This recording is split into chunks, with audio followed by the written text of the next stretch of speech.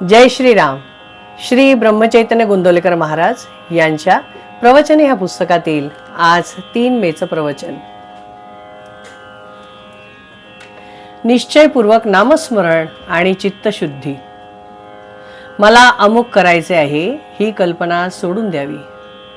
आता मी परमेश्वराचा झालो आणि आता मला काहीही करायचे राहिले नाही अशी मनाची स्थिती झाली पाहिजे.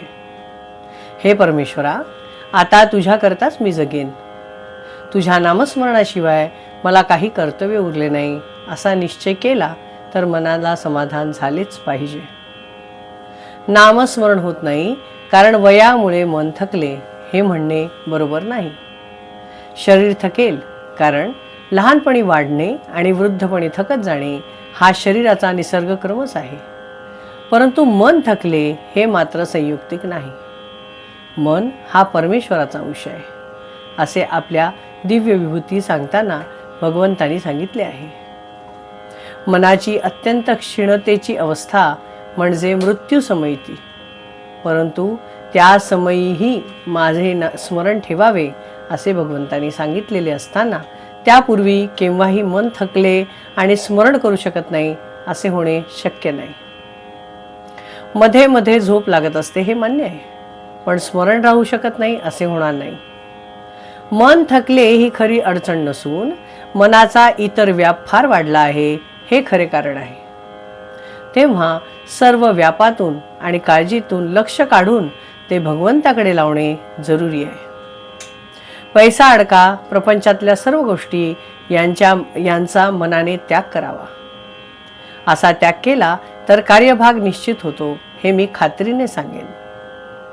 पैशाची वासना आणि लौकिकाची लालसा माणसाला भगवंतापासून दूर नेतात. त्यांच्या तावडीत सापडता कामा नये. लोकेषणा आणि धनेच्छा या दोन्ही गोष्टींचा संबंध प्रपंचात वावरत असताना येणारच. तो टाळता येणे कठीण आहे, पण ज्या भगवंताचे आपल्याला प्रेम पाहिजे आहे त्याने त्यांचा गुणधर्म ओळखून त्यांना वापरावे, म्हणजे त्यांच्यापासून उत्पन्न होणारे दोष त्याला बाधणार नाहीत.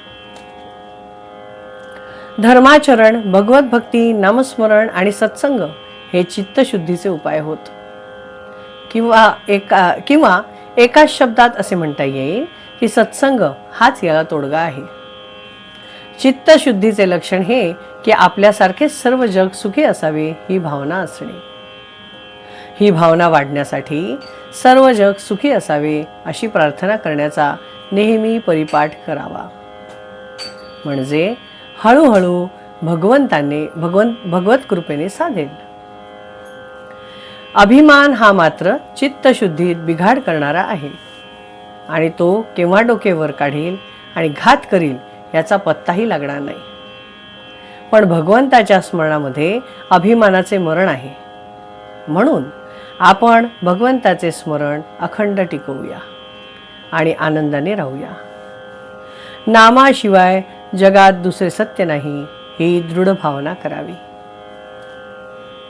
इस प्रवचन में ये कहा गया है कि मुझे ये करना है, मुझे वो करना है, मेरी ये इच्छा बाकी है, मेरी वो इच्छा बाकी है.